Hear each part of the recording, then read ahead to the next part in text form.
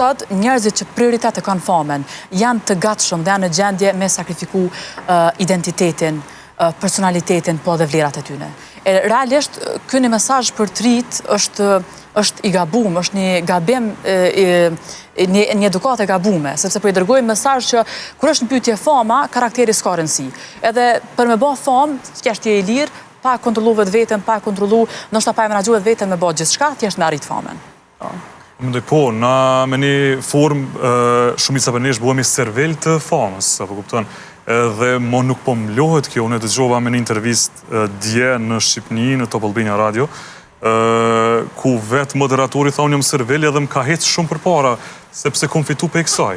Edhe kjo është një shembull shumë i keq që neve na po me kuptu mirë tha edhe Bardhyli ma herët që jo me do e mos kur ki famë edhe fiton pare. Se për shembull na shtaj këtë shkuptojna. Se nëse bojmë të famshëm, për çka do të qoftë, sakrifikojmë shumë për famën, qasë sa bojmë i servel të saj, mendojmë që fitojmë pare. Po në këtë rast ne kemi pa shumë ftyra tena që fatkeqësisht e kanë arrit një famë shumë të shpejt, edhe kur ka fillu gradualisht miraje famë kanë bo për te gjithë shkaje, të menu që ajo ka me jasiguru jetesën. Po, ringritet një farë forme. Po, në rastin ma të keq ata veç në shkull të poshtë edhe jo që zgëzojnë respekt, po se bojnë malë për njeri.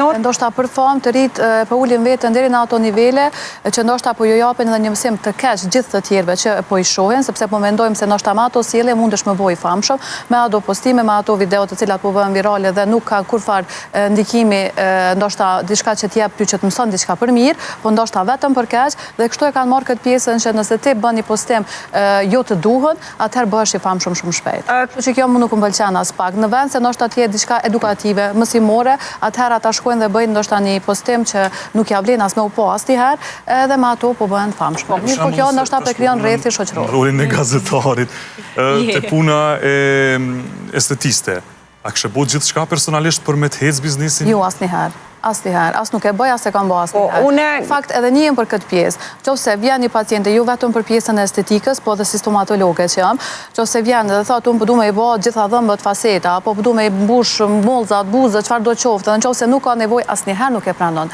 Nuk e pranoj. Jo vetëm unë, po na jemi 4 stomatologë në familje dhe ndoshta këto e kemi një mësim prej babës tam. Unë kam pacient që ndoshta vjen edhe thotë para 30 vjetë kam dash me i vendos gjitha dhëmbët me i bë me zirkon dhe nuk ma ka liu babi jot. Po sot unë e falenderoj që nuk më kalon, se tash e di çfarë rëndësie kam pas, sepse unë kur kam qenë 20 vjeçare kisha dëmtu dhëmbët. Jo, unë kam shumë treg interesant, secili tu reklamu punën edhe tu gjithçka tu. Po, është bë kjo pjesa, po është bë biznes, edhe nëse vjen pacienti ndoshta për një kompozit thjesht i thotë pse s'po i bën gjitha ura, se ashtu dukesh më bukur, po jo të gjithë jemi fytyra